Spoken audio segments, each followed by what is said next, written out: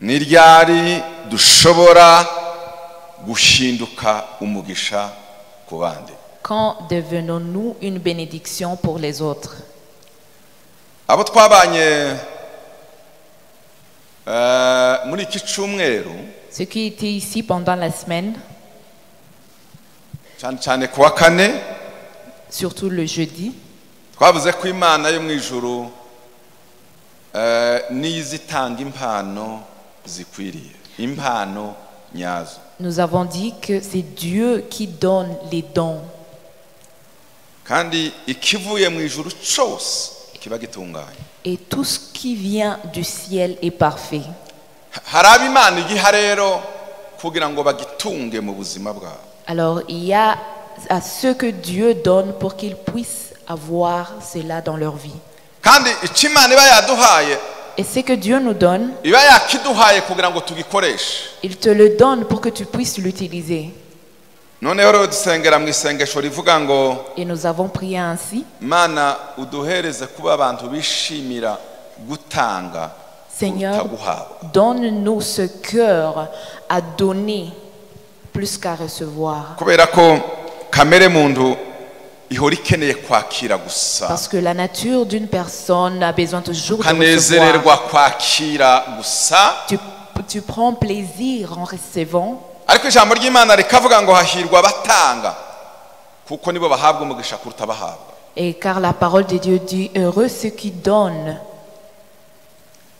Iyo spirit yo guhora twifuza kwakira Et cet esprit de recevoir, tuyitsimbuze guhora twishimira gutanga. et qu'il soit remplacé par le donner. Kubera ko ari kamere y'umuntu gukenera guhora yakira, niyo mpamvu spirit yo gutanga isaba ikiguzi kuko iri odela, irengeye kamere muntu. Alors, parce que nous nous contentons toujours de recevoir, le donner est vraiment au-delà de ce que nous pensons. Bisaba rero ikiguzi gikomeye cyane. Alors, cela demande un prix. Kandi twasanze ko buri muntu wese afite icyo yatanga Et nous avons vu que tout le monde a ce qu'il peut donner kugira ngo kibere umugisha abandi. pour que ça soit une bénédiction pour les Basomye autres. ijambo rivuga ngo Et nous avons lu amagambo meza ngo ni nk'ubuki buryohera ubuzima kandi agasubiza intege mu mibiri y'abantu. les bonnes paroles sont comme un remède pour nos corps. Amagambo si amafaranga. Les mots, nos paroles ne sont pas de Waba l'argent. umugisha ku bandi Tu peux être une bénédiction pour les autres. ukoresheje ubutunzi bukomeye Imana yashize mu buzima bwawe. Tu peux être une bénédiction pour les autres à travers ce que Dieu a mis en toi. Ariko icyangombwa ni uko tugomba kuba twarasingiriye umutima uhora wifuza gutanga kuruta guhabwa. Mais l'important est que nous puissions avoir cette perspective de donner. Uyu munsi rero niba twarakiriye iyo spirit, uwo mwuka, Alors si nous avons reçu cet esprit, ndagira ngo uyu munsi tumenye ibintu bigera nko kuri 5 byadufasha guhora turi umugisha ku bandi. alors j'aimerais bien vous partager 5 choses qui vont nous aider à être une bénédiction aux autres. Tuvuga ngo haleluya. Disons Mwongere amen. cyane haleluya. Alléluia. Buriya hari ibifasha kugira ngo icyo wifuza mu buzima bwawe kibashe kugerwaho. Il y a ce qui nous aide pour que nous puissions arriver à accomplir ce que nous voulons dans notre vie. En fait, umuhamagaro wacu ni umuhamagaro wo guhindura isi. Notre appel est un appel pour changer le monde. Isi iri mu bintu bikomeye cyane, iragowe, iraremererewe. Itorero niryo rigomba kuba igisubizo. Le monde passe à travers des moments difficiles, mais c'est l'Église qui doit être une solution. Imana yahamagaye Aburahamu, Dieu a appelé Abraham iramubwira ngo impamvu naguhamagaye ni iyi ngiyi. et Dieu lui dit, la raison pour laquelle je t'ai appelé celle-ci, je te bénirai. Noneho igikurikira Et Imana le iramubwira ngo uzahinduka umugisha. Et tu seras la bénédiction. Ni ukuvuga ngo ntabwo ngo uhaye umugisha wo kubika muri wowe, Je ne te donne pas la bénédiction pour toi-même, ngo uhaye umugisha kugira ngo uzahinduke isoko ry'umugisha. je te donne la bénédiction pour que tu sois une source de bénédiction. Ngo amahanga yose yose yo mu isi et toutes les nations uwo mugisha uzabageraho. bénéficieront de cette bénédiction. Umuhamagaro rero Imana yahamagaye Aburahamu ikamukoresha mu isezerano rya kera. Alors Niwo l'appel de muhamagaro Dieu sur yahamagaye Abraham itorero kugira ngo ribe umugisha ku isi. est le même appel de Dieu sur l'Église pour qu'il soit la bénédiction. Ikintu kiza kintangaza, Ce qui m'étonne, ibintu Imana yashize mu Aburahamu, les choses que Dieu a placées en Imana Abraham, ntija yivuguruza.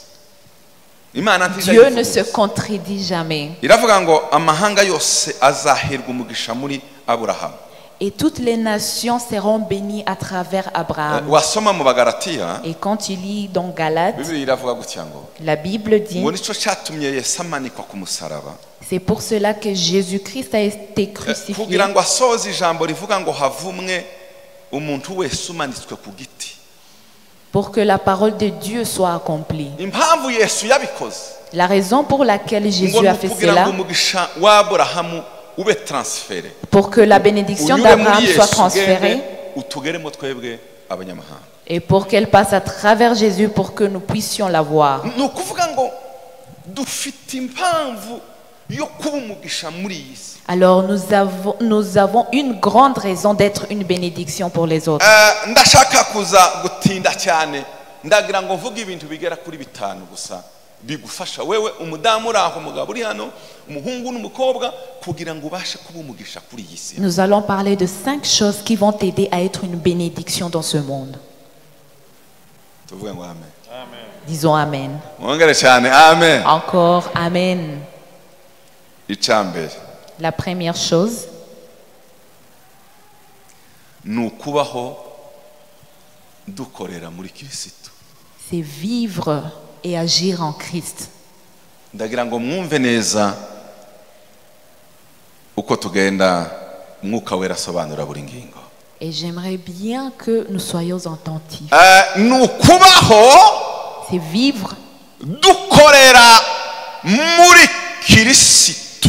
en agissant en Christ. Biriya ni ikintu gikomeye cyane. En, c'est une chose très importante. In, En Christ. dans, Muri. indani muri Kristo. Sema haleluya. Ni ukuvuga ngo ni ukubaho dukorera muri Kristo. C'est vivre et agir en Christ. Bwana asifiwe. Que Dieu soit loué. Bwana asifiwe. Que Dieu soit loué. Ni ukubaho, ndagira ngo mwumve cyane. J'aimerais bien que vous Ni compreniez ukubaho ceci. C'est vivre dukorera muri Kristo. en agissant en Christ. Iyi niyo ntambwe ya mbere. Voici la première étape. Iyo itabayeho ntacyashoboka. Sans cette étape, il n'y aurait rien. Iyo usomye mu Bakorinto ba kabiri igice cya 5 umurongo wa 17, En lisant 2 Corinthiens 5, verset 17, haravuga ngo umuntu wese iyo ari muri Kristo aba ari icyaremwe gisha. ainsi c'est lui qui est Ibya uni kera biba bishize, dore byose biba bihindutse kuba bisha. Ainsi, celui qui est uni au Christ est une nouvelle créature. Ce qui est ancien a disparu. Voici ce qui est nouveau est déjà là. Mureke mbabwire iki kintu. Laissez-moi vous dire ceci. Ugomba kubanza kuba warageze muri Kristo ugahinduka icyaremwe gisha. Il faut d'abord être et devenir une créature nouvelle. Kuko icyo utanga Parce que ce que tu donnes kigomba kugira aho kiva. doit avoir une origine. Ndashaka kubabaza iki kintu. J'aimerais vous demander ceci. Ntabwo Imana yabwiye Aburahamu Dieu n'a pas dit à Abraham, ngo imubwire ngo uzaba umugisha itarabanje kumuha umugisha. Dieu ne l'a pas dit que tu seras une bénédiction sans avoir Muzasoma aya magambo béni akurikira. Abraham. Nzaguha umugisha, Dieu a dit, je te nindangiza bénirai kuguha umugisha après avoir te béni. ubone gushinduka umugisha. Ainsi tu seras une bénédiction. Ntabwo watanga icyo udafite. Tu ne peux pas donner ce que tu n'as pas. Ubanza kuba muri Kristo Yesu Tu dois d'abord être en Christ, akagutransforma. Ainsi il te transformera akagushyiramo ubumana bwe et il te donnera sa divinité kugira ngo uzabone icyo utanga. pour que tu puisses savoir quoi à donner. Sema haleluya. Dites Amen. Sema haleluya. Dites Amen. Buriya hari abantu uza ushaka kugira ngo ugire icyo uvanamo kandi ntacyo afite, ubwo se yavanamo iki? Il y a des fois, nous cherchons que les gens nous donnent quelque chose alors qu'ils n'ont rien en eux. Hari abantu burya bameze nka robine iri vide. Il y a des gens qui sont comme des robinets vides. Iyo bataroherezamo amazi nta kintu na kimwe wabona. Quand il n'y a pas d'eau dedans, ils ne peuvent jamais donner quelque Twebwe chose. turi za robine, ariko za robine zabaye transforme, Imana ikazoherezamo ubumana. Noneho abantu duhuye nabo bakagenda bonka iki ubumana. Niyo mpamvu tugomba kugira ngo dukore tubera abandi umugisha, tugomba kuba dukorera muri Kristo Yesu. Alors pour que nous puissions être des gens qui donnent vie, qui donnent la bénédiction, c'est que Dieu a mis à travers nous une bénédiction pour que nous soyons aussi une bénédiction pour les autres. Hano Bibiliya iravuga ngo iyo twageze muri Kristo, La Bible dit quand nous sommes en Christ, nous sommes une nouvelle créature. Ndagira ngo mbabaze bakristo bari hano. Et j'aimerais bien vous demander ceci. Muvuge ngo haleluya. Dites Alléluia. Mwongere cyane haleluya. Encore plus fort. Tushobora kuba umugisha mu muryango iwanyu Tu ne peux pas être une bénédiction dans ta famille utarabaye cyane umugisha. sans que tu sois une nouvelle créature. Kurahiye ukuri. Kurahiye ukuri. Et cela est vrai. Tushobora kuba umugisha ku mugabo wawe n'abana bawe. Tu ne peux pas être une bénédiction pour ton époux et tes enfants utarabaye cyane umugisha. sans avoir être une créature nouvelle. Mureke mbabwire iki. Laissez-moi vous dire ceci. Yesu umunsi umwe yigeze kwitegereza abafarisayo. Jésus a vu les pharisiens. Arababwira ngo muzabona ishano mwa abafarisayo. Malheur à vous. Hari ibintu nk'abingahe yavuze. Et il a mentionné ces Ariko choses. ndavuga bibiri. Je vais juste mentionner deux. Ariko icyanyuma nico gikomeye. Et la dernière, la plus importante. Aravuga ngo kubera ubufarisayo bwanyu muzamuvuga ibyo mudakora mwananiwe kwinjira ubwami bw'ijuru. Alors il a dit aux pharisiens, vous faites des choses que vous ne pouvez pas. Ariko ibyo data ni afere yabo bonyine birabareba bazikorera buri vizi rya kwipfukamira. Ariko ikibazo gikomeye cya kabiri ati iyo muza kuba mwarananiwe kwinjira mu bwami bw'ijuru, ariko ikibazo gikomeye mwananiwe mwabujije n'abandi kwinjira. Ati kuko mwabaye imyugariro, mwabaye imiryango ikingira n'abandi bakwinjiye. Ati niwe wamuhinduye akaba umwana mubi kuruta dabo umwana wa Gehenomu. Afite ikibazo nuko baza bavuga icyo batagira gute badakora. Parce que vous avez été une limite, un blocage, parce que vous dites ce que vous ne faisiez pas. Mbabwire iki kintu. Et j'aimerais vous dire ceci. Umukristo utaravutse ubwa kabiri. Un chrétien qui n'est pas né de nouveau. Tituje tubwiriza mu minsi 40 ngo twirirwe twigora, tazaba umugisha mu Rwanda, tazaba umugisha mu itorero, tazaba umugisha mu bazaho, tazanaba n'umugisha mu kazakora. Il ne sera pas une bénédiction, que ce soit dans sa famille, dans son pays et même dans son église.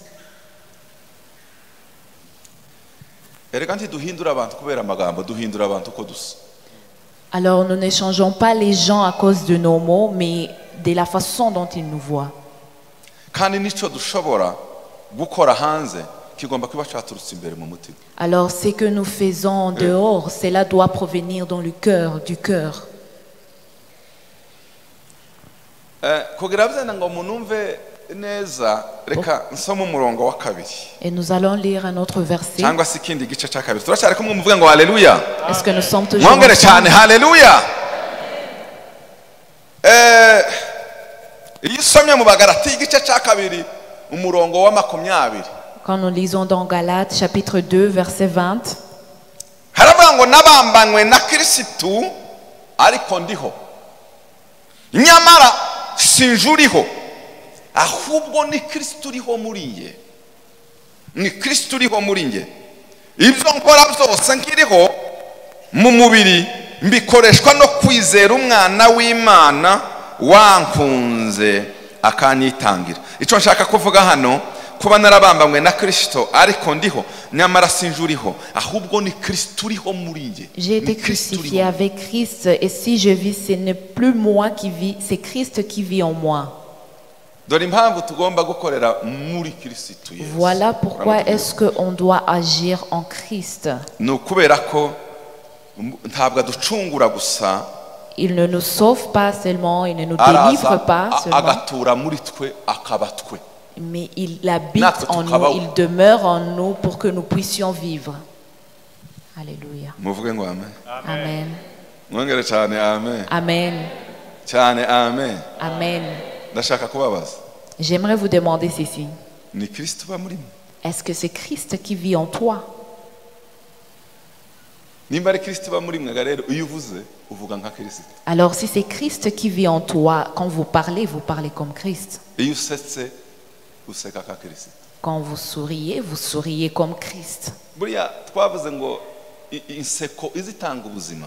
Alors nous avons dit qu'un sourire qui donne vie, ce n'est pas le sourire de Aaron. Inseko ya kamere ikomoka kuri Adamu, nimba ari Adamu wa mbere kwima muri twe ni inseko iza yishitanga urupfu. Alors le sourire qui vient d'Adam ou bien de notre du premier Adam, c'est un sourire qui ne donne pas la vie.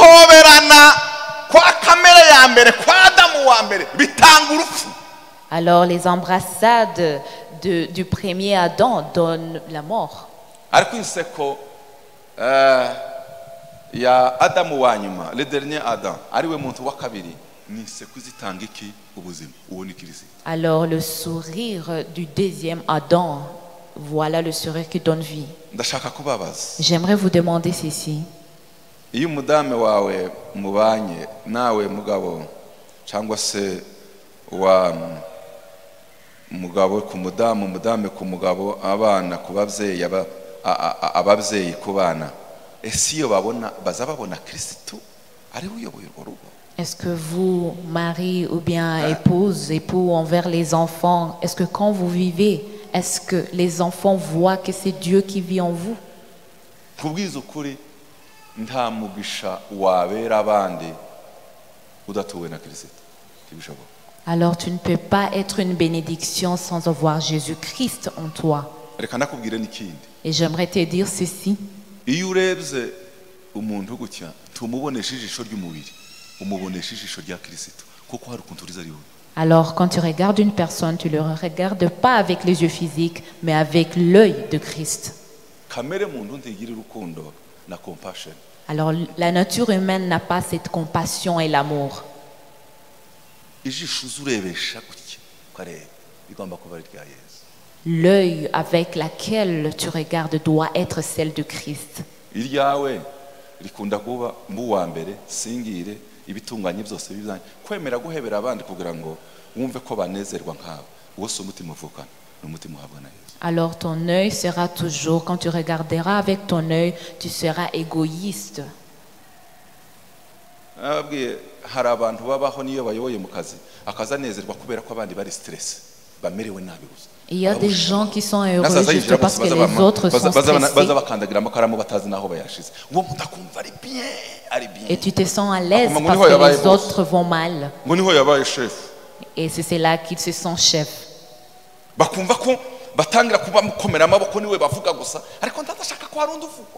Alors ils ne veulent que personne d'autre ne soit élevé. Alors tu ne peux pas avoir ce cœur qui accepte que les autres aillent au-delà, au-dessus de toi sans avoir ce cœur.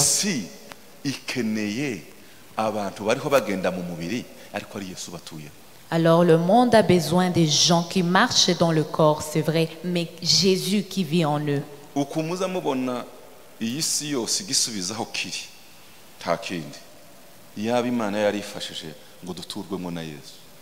Alors la solution est que Jésus vive en nous. Voilà la solution pour le monde. Nous pourrons être une solution au travail. Et même les autorités. Il y a des choses que je me demande. izi za kampani zose n'iyi mirimo yose n'amatorero yose yicawemo na Kristo ari we uyayoboye. Imaginez toutes ces entreprises, ces institutions, si Jésus était placé dans cela. Izi ngo zose ziraha zicawemo na Yesu ni uziyoboye. Comme on voit à divorce yaba. Alors imaginez si Christ était fixé, était placé dans ces foyers. Est-ce qu'il y aurait des divorces? Est-ce que vous me suivez? Paul yandikira abagalatiya arababwira ngo nabambanywe na Kristo. Sinje uriho ni Kristo uriho. Et Paul a écrit aux Galates, je ne vis plus, mais c'est le Christ qui vit en moi. Kugira ngo uzabera abandi umugisha. Pour que tu sois une bénédiction pour les autres, sois une créature nouvelle avec Christ en toi. Est-ce qu'on est toujours ensemble? J'ai lu un livre qui avait un titre important.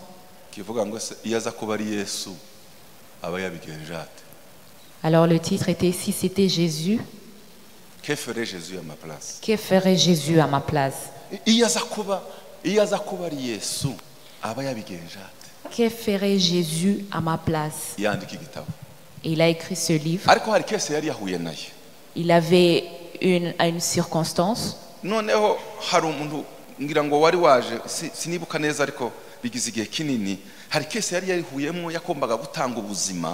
y avait une situation qui devait donner la vie.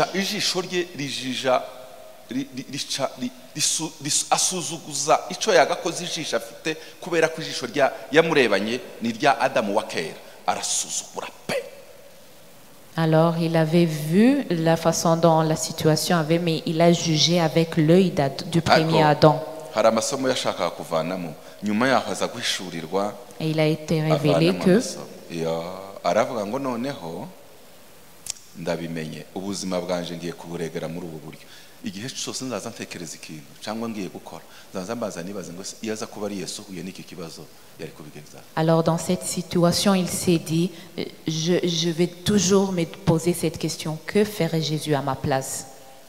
muvuge ngo haleluya. Dites amen. Mwongere cyane haleluya. Alléluia. Mwongere cyane haleluya. Alléluia. Sinjuriho ni Kristo uriho muri. Ce n'est plus moi qui vis, mais Christ vit en moi.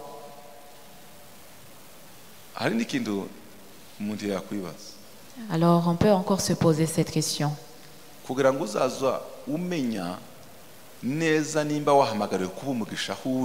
Pour que tu saches que tu dois être une bénédiction là où tu es, avant de prendre une décision, pose-toi cette question. Que ferait Jésus à ma place? La personne à laquelle je parle, avec ses paroles, est-ce que ceci l'édifie?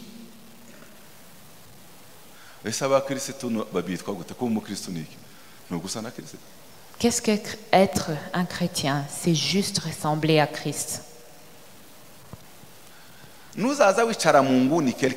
Quand tu t'assois dans un coin, dans ce restaurant, et demande-toi si c'était Jésus qui était ici. Et si c'était Jésus, qu'est-ce qu'il dirait?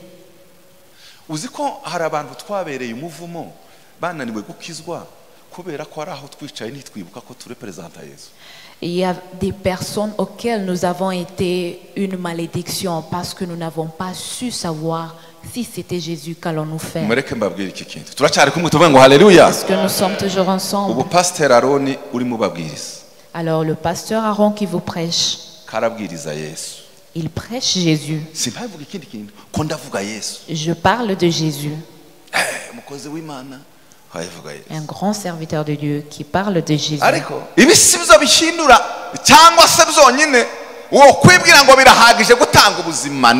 Alors ceci n'est pas suffisant pour donner vie et pour changer.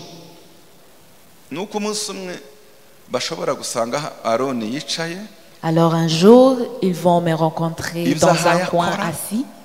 n'abamwitegereza regardant ce qu'il fait bakavuga ngo yo et koko l'observant, wa mukozi w'Imana et ils vont te dire, oh, l'homme, le serviteur de bazakomeza Dieu. kuza ariko tekereza nyuma ya mikoro nk'iyi bagasanga aho nihishe cyangwa aho nicaye ibyo mpaye nkora ntibisa na Yesu uwo muntu waba naho muzamufatisha imigozi imeze ite mumukurura mumusanga ijuru urusengero tazarwinjira. Imaginez les gens me rencontrer quelque part, faire ce qui est différent du Jésus que je prêche. ndashaka ko mwabavuga butumwa mwabaririmbyi Vous évangélistes, chantres, hommes, femmes, aho muzamunyura hose muzamutanga ubuzima kubera ko abantu bifuza kumera uko mugomba kumera. est-ce que vous donnez vie partout où vous passez? tushobora gutanga ubuzima Tu ne peux pas donner vie abantu badashobora kwifuza kukwigana alors que les gens n'ont pas envie de te ressembler et de t'imiter aussi. kimwe mu bibazo itorero dufite muri iyi minsi Alors le problème que l'Église a aujourd'hui, turwana nabyo si ubukene ce n'est pas la pauvreté, si umubare w'abakristo bake ce n'est pas le nombre de chrétiens, ariko n'icyerekezo dutanga c'est l'exemple que nous donnons, ni ishusho abantu batubona. c'est l'image à laquelle nous donnons. usigaye ubwiriza abantu bakakubwira ngo duse n'abandi Alors vous prêchez aux gens et vous demandez à qui est-ce ko que nous allons nous muratuvana ressembler, he mukatujyana he ou d'où est-ce que vous nous amenez. babarokora Ces chrétiens. none se tubaye ikibazo ni iki si uko Le problème est que zenda tutari benshi ariko nuko bashaka kureba uko dukora ese dufite iki dutanga. probleme ni ukubanza kugira icyo utanga kandi kugira icyo utanga icyo urusha abandi ni Yesu muri wowe si amafaranga. alors nous devons avoir d'abord quelque chose à donner, Christ en nous, pas l'argent. iyo na Yesu amaze kugera muri twe Et quand Jésus est en nous, niho aduhereza uburyo tumanaginga ibintu. alors c'est lui qui nous donne la façon d'administrer et de gérer les choses qu'il nous donne. inseko yawe igatanga ubuzima Et ton sourire donnera vie. sema haleluya Dis Alléluia.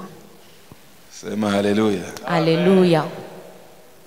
sema haleluya. Alléluia. ariko simvuze ngo ni bose hari ababikora. Alors je ne dis pas que c'est tout le monde, mais il y a ceux qui le font. hari umugabo umwe wigeze gutanga ubuhamya Il y a un homme qui a témoigné. aravuga ati hari iwanyu ntabwo nabishobora zenda je sinabishoboye atariko Il a dit, abana là chez banje vous, je ne bahaje peux pas. abana banje bahaje Mais mes enfants qui y ont été, nabonye impinduka zihari. alors j'ai vu une transformation en eux. ati itorero ryanyu rifasha kurera uzaza ukenera wese kugira ngo abana be baje ku murongo batungane. Alors votre église vraiment aide ati kandi pour la n'igihe naje transformation. bizashobokera Et quand ça sera possible pour moi, je viendrai au même endroit. ndababaza ko murumva ko abana batatangiye gutanga ubuzima. Alors je vous demande, est-ce que ces enfants n'ont-ils pas donné la vie? Alléluia. batangiye gutanga ubuzima. Ils ont commencé à donner la vie. nashaka kubaza J'aimerais demander ceci. aho mukorera muzamutanga ubuzima. Là où vous travaillez, est-ce que vous donnez la vie? abashumba tuzadutanga ubuzima. Les pasteurs, donnons-nous la muri vie? business zanyu muzamutanga ubuzima. Dans nos affaires, est-ce que nous donnons la vie? muri quartier utuyemo muzamutanga ubuzima. Dans nos quartiers, est-ce que nous donnons la vie?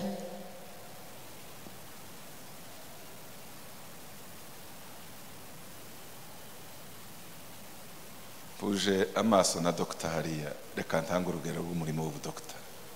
J'aimerais donner un exemple des docteurs. umuntu wakijijwe Une personne sauvée,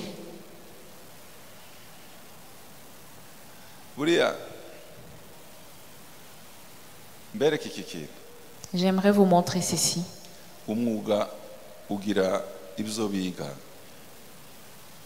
bijyanye na deontology ni ukuvuga imyitwarire ya mwarimu, imyitwarire ya pasitori, imyitwarire y'umuganga. umuntu wa ikintu cya mbere muganga azavurisha umuntu ni uburyo akwakiriye. Alors le docteur, la première chose que le docteur fait, c'est te recevoir. ntabwo mbere na mbere yo gutanga ubuzima ari urushinge na kinini si byo bya mbere. Alors c'est là est la première consultation. akwakirana ibitwenge n'umunezero no La façon dont il te reçoit. afite urugwiro kuri wowe. avec amour, bitangira gukora muri psychologie yawe. alors Ibyo ni cela icyaguhereza commence à icyizere. travailler ta Kane. psychologie. Ubuzima rero ntiwopfa gutanga gusa ibitari indani, ntiwosekera kumenya hari ikigo ugomba kuba ukunda uwo muntu. Alors None tu ne dore peux pas igituma donner Yesu ce qui adatanga n'est pas ubuzima en rero, toi.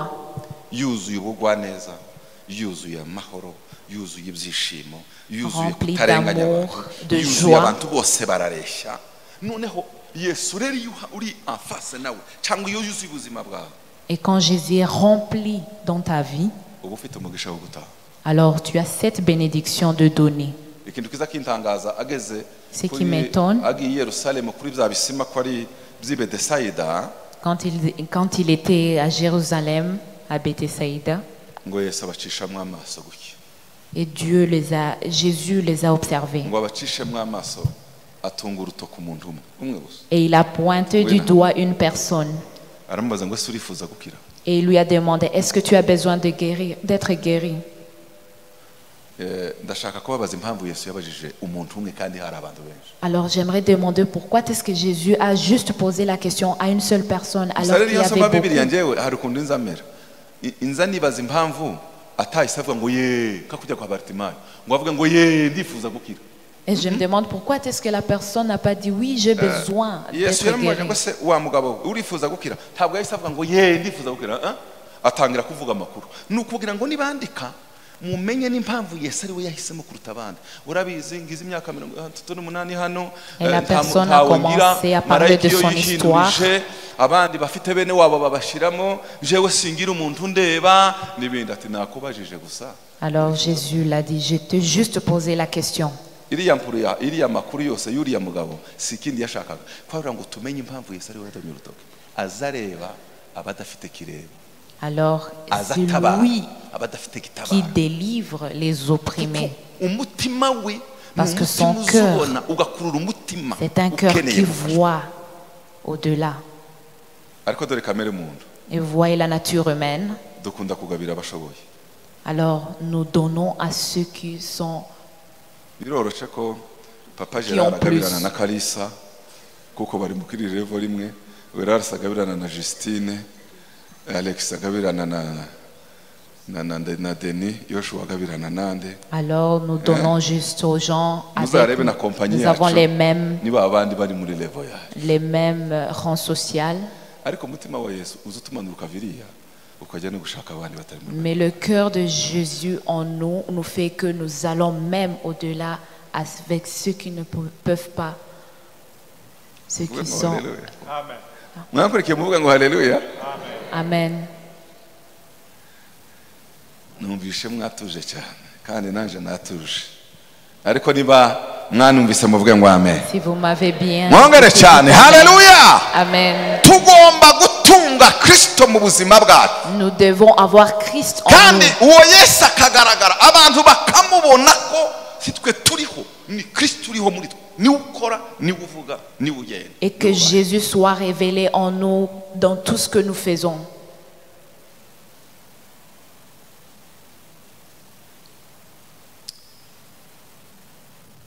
Icya kabiri, La deuxième chose, si ukubaho gusa dukorera muri Kristo nuko aduha uwo mugisha, aduha ibyo dutanga, nous ne vivons pas juste twuzura kamere ya Kristo. en agissant comme Christ, Ariko icya kabiri mais la deuxième chose, ni ukubaho dukora nka Kristo. il faut vivre Ah, et en agir Christ. comme Christ. Muri Kristo duhinduka icyaremwe gisha, duhinduka umugisha. En Christ, nous devenons une bénédiction. Ariko icya kabiri Et la deuxième chose, ni ukubaho dukora nka Kristo. c'est vivre et agir comme Christ. Bwana asifiwe. Que Dieu soit loué. Bwana asifiwe. Que Dieu soit loué. Iyo ariko ni ukuvuga ngo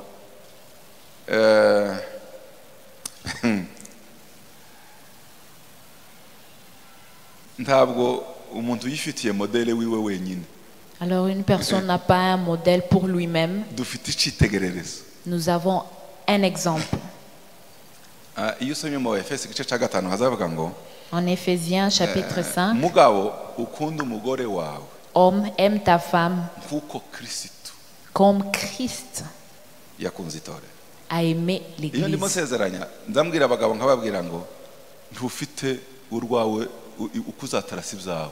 Je dis Ugomba parfois kwigana aux Kristo, hommes, comme Kristo. Mesure ihari, comparaison ni ukuzareba baza bajanisha pafu kigisa na Kristo, kigisa na Kristo, kigisa na Kristo. je dis parfois aux hommes de toujours Kandi avoir un exemple. hari abajanisha bavuga ngo si kigisa na Kristo, nuko urukundo rwa Kristo ni urukundo rutagira impamvu, un amour inconditionnel. Nukuvuga ngo wewe nugira ikibazo cyo gukomba yewe no kunda uyu muntu umeze gutya nawe wananiwe tuhaye ukunda nka Kristo. Kunda n'amakosa n'imbaraga n'intege nke n'ibyo ashoboye n'ibyo adashoboye. Niyo mpamvu ari ukome Kristo. Hano rero iyo bavuga ngo kubaho dukora nka Kristo, Vivre et agir Comme comme Christ. Christ. dukore ku buryo Kristo akora. Niho Alors, dushobora kubona. agissons comme Christ. Iyo usomye hari imirongo muri Bibiliya ivuga iyo usomye muri Luka Nous lisons dans Luc. haravuga ngo umwuka w'Uwiteka ari muri je nico cyatumye ansigira kugira ngo mbwirize abakene ubutumwa bwiza, yantumye kumenyesha imbohe ko zibohorwa n'impumyi ko zihumuka no kubohora ibisenzege. Luc chapitre 4 verset 18. Nimutekereze umugabo Yesu ari Nazareti afungura umuzingo w'igitabo asoma discours. Alors Discours. imaginez Jésus quand il roulait le livre et il Nk'umuyobozi lit le uhaye discours. gutanga plan d'action cyangwa se uko yifuza navuga gutera uko manda ye cyangwa se umuhamagaro we ministry ye ibyo agiye kuzakora. Hakurya umuyobozi iyo atowe azabwira agatanga discours igena ibikorwa ko bizamera. Alors c'était Jésus qui lisait le livre comme un dirigeant qui donne un discours de ses plans. Aravuga ngo umwuka w'Uwiteka ari kuri njye L'Esprit du Seigneur repose sur moi kandi yaransize, Holy Spirit yaransize, parce qu'il m'a oint de son esprit. yansigiye kubera impamvu Il m'a désigné par l'onction pour une raison, kugira ngo mbwirize pour abakene annoncer ubutumwa bwiza. une bonne nouvelle aux pauvres. Mbivugana amavuta yantumye kumenyesha imbohe ko zigira gute.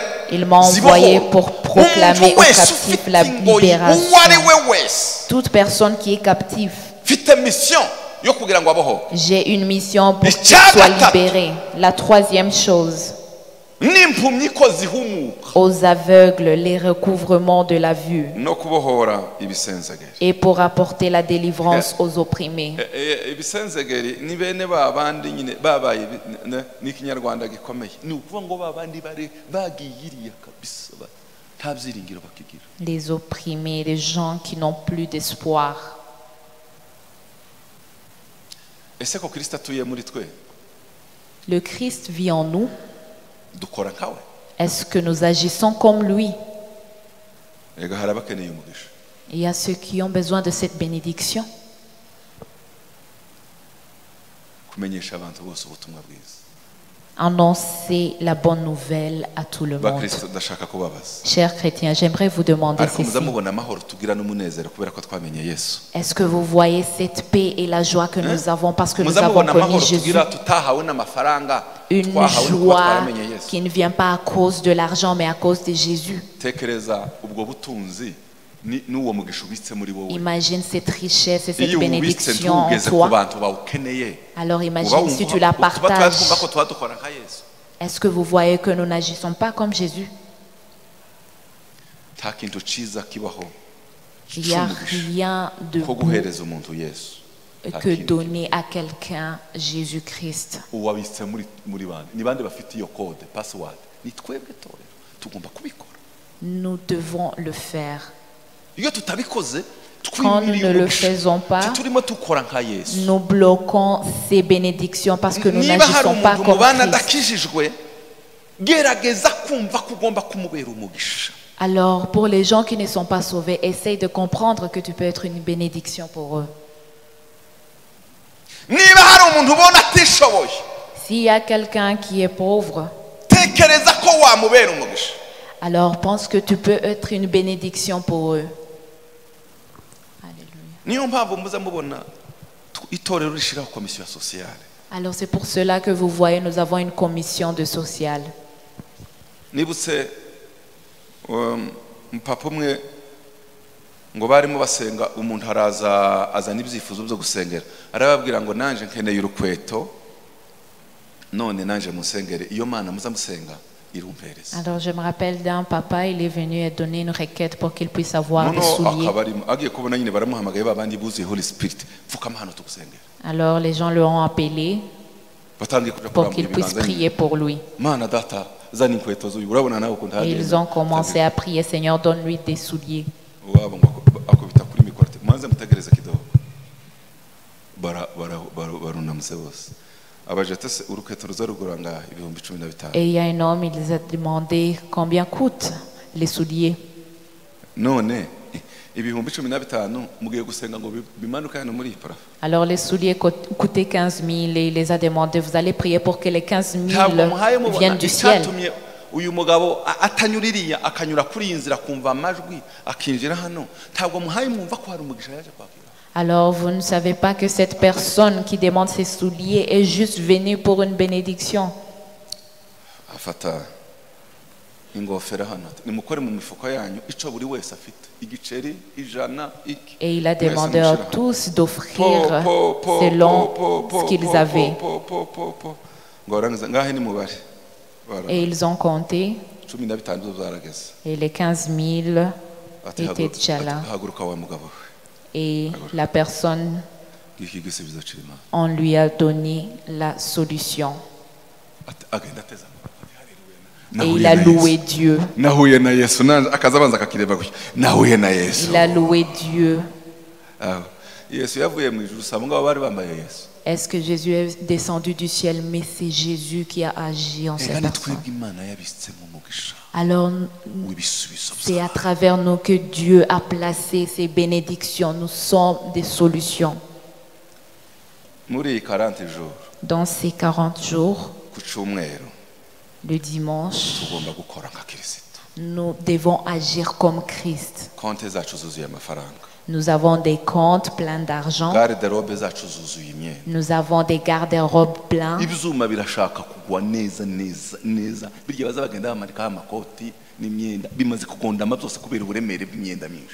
Nous avons beaucoup d'habits.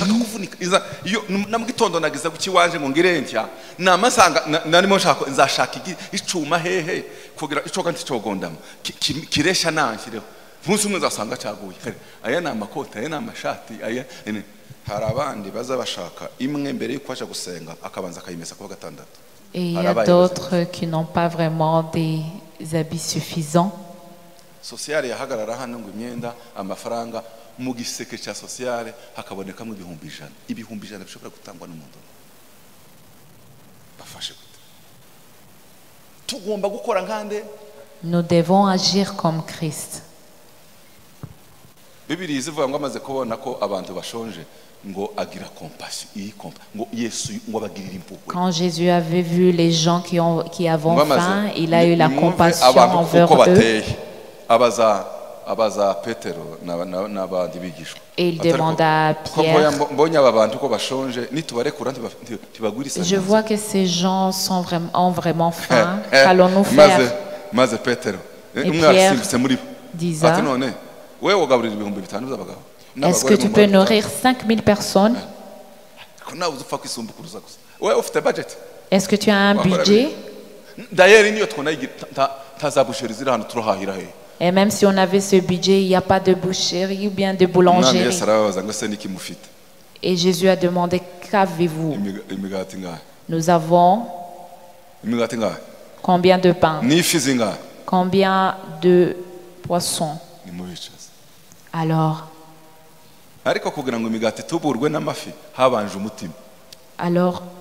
c'est le cœur qui avait commencé. Il a eu compassion envers eux. ngo ibisarurwa ni byinshi abasaruzi ni bake nimusenge ngo Yesu yabanje kugira impuhwe ngo abona n'intama zisa naho zidafite iki. Jésus avait eu compassion d'abord. C'est cela qui commence. Abagira umutima wa Yesu bakora nka Yesu. Ceux qui ont le cœur comme Christ agissent comme Christ. Et ces gens ont un cœur comme le cœur de Christ. Est-ce que vous m'avez tous compris? Dites Amen.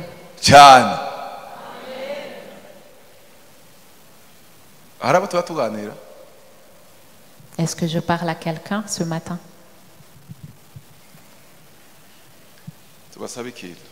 J'aimerais vous demander ceci.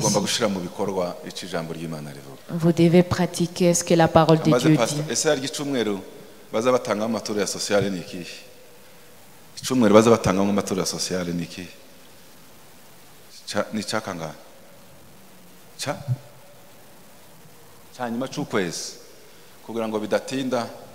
munemerere mbihindure ntibuje n'inyuma y'icumweru ko tugitanga iki kizaba ari special icumweru gitaha mugende mupange ya myenda yose mubona mutakigira muyipase neza izi minsi umwuka numva binemeza muyipase. Hari umuntu ukora ahantu wampamagaye kwa muganga arambwira ngo il y a une personne qui m'a appelé à l'hôpital avant covid nyuma ya covid yaje ngo ariko ngo twagiraga abantu badufasha batuzanira imyenda kuko hari abantu baza bagera hariya yaje gusohoka yakize akabura umwenda bamwambika noneho sinakure siriya kure mukagira imana timudufasha umuntu agira uko akiza asohoka adafite urukweta. Et la personne m'avait demandé s'il pouvait avoir des gens pour voir les vêtements. Muzabitanga ku cyumweru nimunabishaka nimba bizaba bipashije muzatore delegation muzareba ukuntu muzabumugisha ahantu. Et si possible, nous allons être une bénédiction pour ces personnes le dimanche prochain.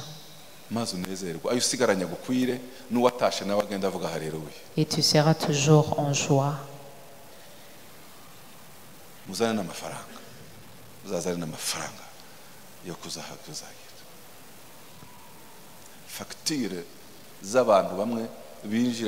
bakabafungirana hariya kwa muganga kubera ko bananiwe kwishura facture yinjiye barimo bagira ibyo gampaye babwira ndabizi ibihumbi hari abantu badashobora no kubona ibihumbi 10 ngo birihe we warihira nka 15 simpaye mvugaga abazagaho baba hano za kese zibaze gukora nka Kristo agir comme Christ. Tuzakora iyo tura ku cyumweru. Nous aurons cette offrande spéciale le dimanche. Noneho nimwumve ngiye kwihuta ndangiza wasoma ibyakozwe n'intumwa igice cya 10:38 Acte 10:38 Bibiri ravango Yesu w'i Nazareti uko Imana yamusutseho umwuka wera n'imbaraga nimwumve akagendagirira abantu neza agakiza abo satani yatwaje igitugu kuko Imana yari kumwe nawe. Ikintu cankozeho amaze gusigwa nahavuga ngo akagendagirira abantu Après avoir été loin, il allait de lieu en lieu faisant du bien. De village en village. Agenda uyu munsi Capernaum i Nazareth. Il partait à Capernaum, Nazareth. Ahura na wa mugabo wari utabonaga akaja Zakaya kabayaje rencontrait Zachée, l'enfant de Yaïro. Il partait de lieu en lieu. Amen. Son onction n'était pas pour rien. Il y a ceux qui prient, Seigneur, donne-moi la force. Quand Dieu te le donne, ce n'est pas pour rien, c'est pour que tu puisses utiliser cela.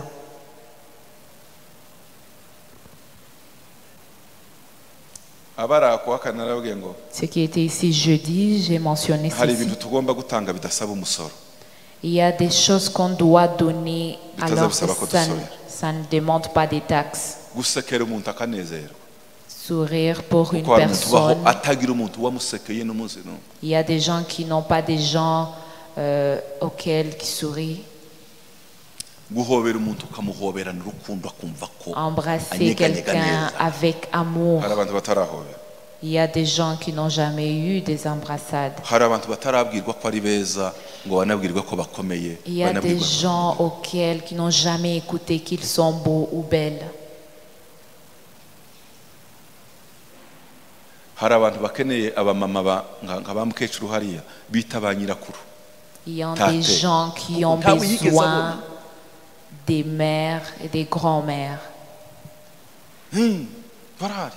Wewe ukumvaga ko wabironse byose, timwumvise mama Beya ko yavuze ngo yari yabuze papa wakiri muto, akaza yumva yarajanye icyo gisebe kugeza umunsi akizwa kumva ko uwo yita se ko ari noneho iyo yabonye uri fizike yisangaho. Yesu yaragendagendaga. Jésus allait de lieu en lieu. Turabikora ariko turushirizeho kuba umugisha, niyo mpamvu Imana ibidusaba. Muri Petero 2:20 haravuga ngo kandi ibyo nibyo mwahamagariwe kuko na Kristo yababarijwe akabasigira iki icitegerereza 1 Pierre 2:20. kugira ngo mugere ikirenge muke. Yesu yabereyeho kugira ngo tubicitegerereze. Alors Jésus a été pour que nous puissions faire ce qu'il fait. Reka mbonereho kubashimira uburyo mukundana n'ibyo muzamukora muri Kimisa. Et j'aimerais bien apprécier ce que vous faites et l'amour entre vous. Ubushize niho nabonaga raporo y'ibyo itorero ryakoze mu kanya gato muri ibi bibazo tuba dutraverse. Et j'ai constaté cela dans ces jours qui sont passés à travers les circonstances. Ngukuriya kuba umuryango. Voilà être une famille. Ngiri ishusho ya Kristo. Voilà l'image de N'abandi Christ. bifuza bakavuga ngo uwahora muri ruriya rusengero. Ntabwo nibeshye gusengera. Et les gens auront envie de toujours rester dans cette église. Ega imbaraga z'itorero ni ibikorwa ntabwo ari amagambo kabiriya biri mu bikorwa. Alors la puissance de l'église, c'est l'amour et les actions, pas les mots.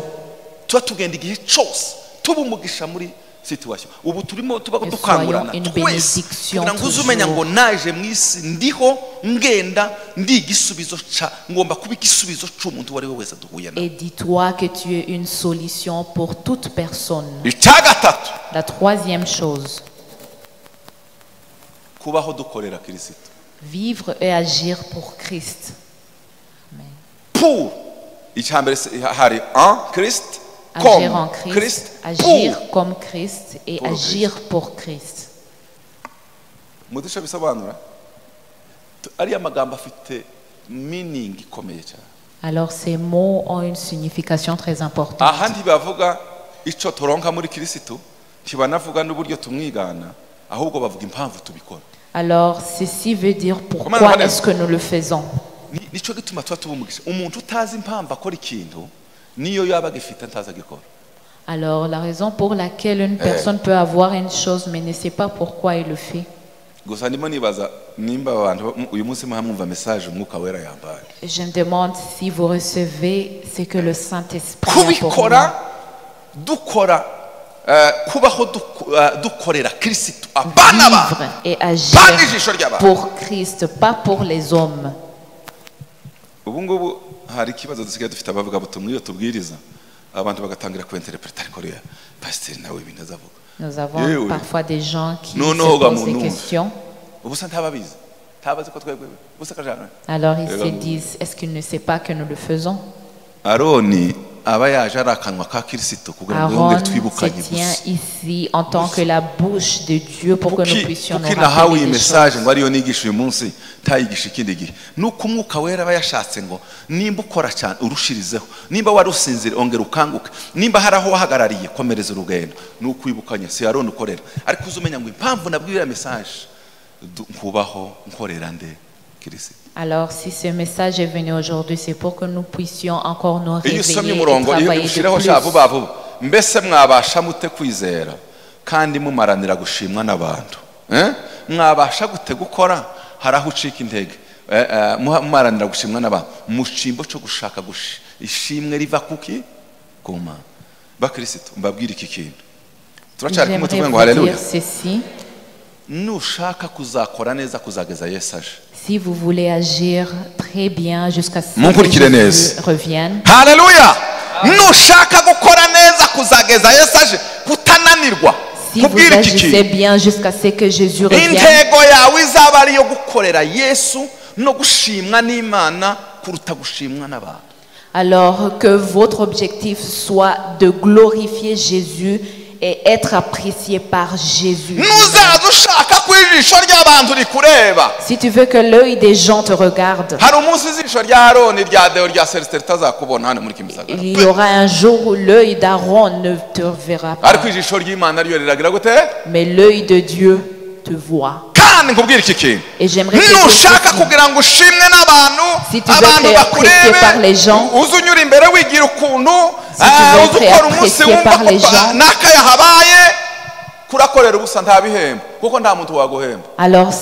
cela est en vain parce que nta personne ne te muntu waguhemba récompensera. na rimwe afite iki yaguhemba Tu ne seras jamais récompensé. ariko Imana ntikiranirwa Mais Dieu est ngo yibagirwe fidèle. ibyo twagize gute Dieu est fidèle, ne Ouais. pourra jamais oublier ce que nous avons fait. sifa kwa Mungu Que Dieu soit loué. sifa kwa Mungu Que Dieu soit loué. tubeho dukorera Kristo Vivons. dutegereje ingororano kuri Kristo Et agissons pour Christ. bikurinda kwivovota Alors cela t'aidera à ne pas murmurer aba bandi bo ntibazabona humura et réclamer. iyo mvune Imana iragize gute iraye Dieu connaît ce langage. icakane La quatrième chose, twaba tukiri kumwe muvuga ngo haleluya est-ce que nous sommes toujours ensemble? icakane kubaho dukorana na Kristo Vivre et agir avec Christ. avec Na Cristo. abantu bazi indimi z'amahanga bazabumva cyane en Christ Muri Comme Kristo. Christ. Nka Kristo. pour Christ avec Kubwa Kristo na Kristo. avec Na icyo Kristo. bivuga shiraho umurongo wumva ntabwo noneho hari papasi naho Ce tuvoma n'est imbaraga pas maintenant Bibiliya iravuga gutya ngo l'objectif. usomye ku murongo uri hariya umva ko havuga Nous lisons dans mubigishe kwitondera ibyo nababwiye byose kandi dore ndi kumwe namwe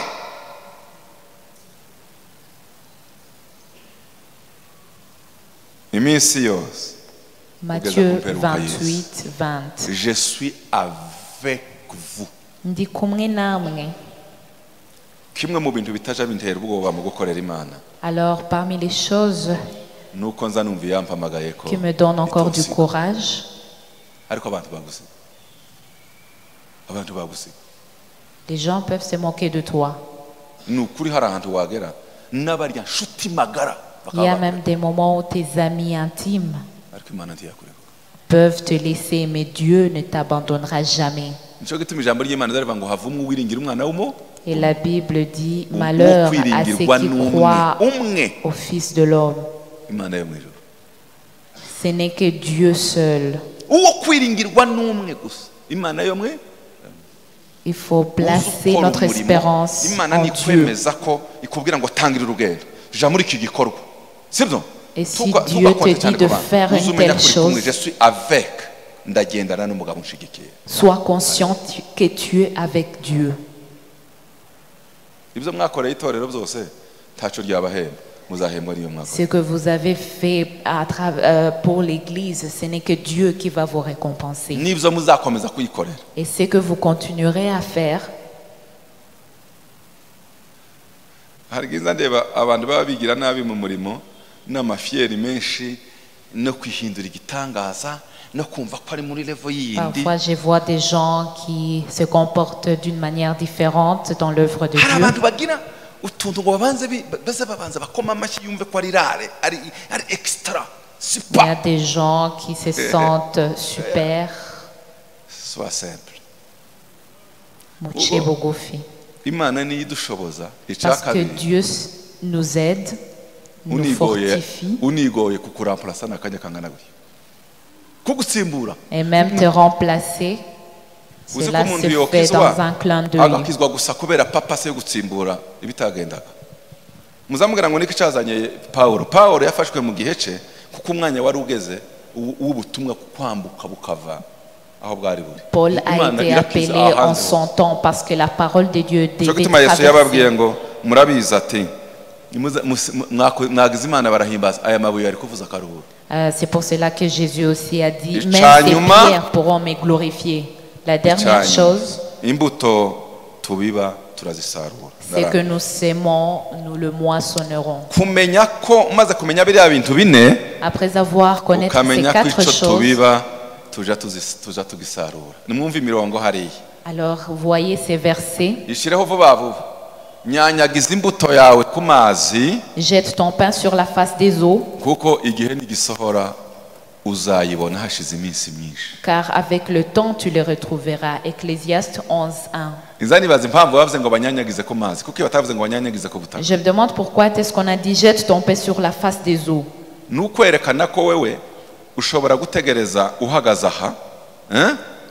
C'est pour montrer que tu peux attendre. Mais ce n'est pas là où tu retrouveras ou bien tu récolteras. Akazenguruka wewe waribwiye ngo wabibuze mu Rwanda akazenguruka ukazahurira nayo muri Australia. Alors tu récolteras dans un autre endroit. Ukazahurira nayo mu Buhindi. Dans un autre endroit en Inde. En Australie, en Hollande. Ukazahurira nayo muri Alaska. Ou bien en Alaska. Mais avec le temps, ça ne peut pas être avec toi, mais avec tes petits-enfants. Alors, c'est avec tes grands, tes petits-fils qui récolteront. Alors, écoutez et voyez la bénédiction de Dieu dans son œuvre. Twe gucogorera gukora neza kuko igihe nigisohora tuzasarura nitutagwa isa. Galates 6:9. Umurongo wanyu ubabariye umukene abagurije iki Uwiteka uziguhereza Imana ideni nawe azamwishurira ineza ye. Impamvu ineza yawe uzizenguruka ikagenda nuko uba waragurije Imana kandi Imana ntizisigara mu ideni. C'est lui qui a pitié du pauvre, prête à l'Éternel, qui lui rendra selon son œuvre. Dites Amen. Prêtez à l'Éternel. Prête à l'Éternel.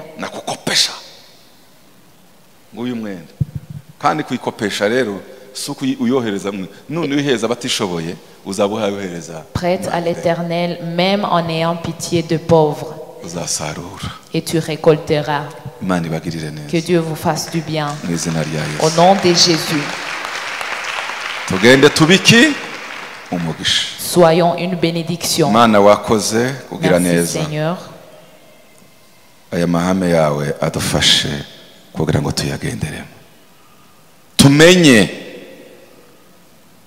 Ko twakiriye ibiva mu ijuru kuko turi muri Kristo. Tumenye neza yuko tugomba kukwigana kwa bicitegererezo cyacu. Tunamenye neza yuko tugomba gukora kubw'intego yawe kuko ni wewe. Tunamenye neza yuko icyo twagukoreye nimba tutarumba tuzasarura. Nk'umugisha abagabo abadana abahungu n'abakobwa itorero ryose udukoresha ku umugisha kubo duhura nabo bose kuko Bibiliya iravuga ngo igihe cyose tubonye occasion titukagira occasion tuzahusha kandi uzahore uduha imbuto mu biganza byacu tubibe umunezero mu bandi tubibe ibyishimo kuko abenshi bibwira ngo imbuto ni amafaranga gusa oya tubibe amahoro tubibe ukiranura titukemera karengane mu bandi bantu tubibe kuko waduhamagaye nk'abambasaderi. Hari ibintu turebera kandi twakagombye kubigisubizo. Icubahiro n'ishimwe bibe byawe mu izina rya Yesu. Amen. Mugisha w'Imana ubane namwe. Que Dieu vous bénisse. Nimba mukidukunza muvuge ngo amen. Dites amen.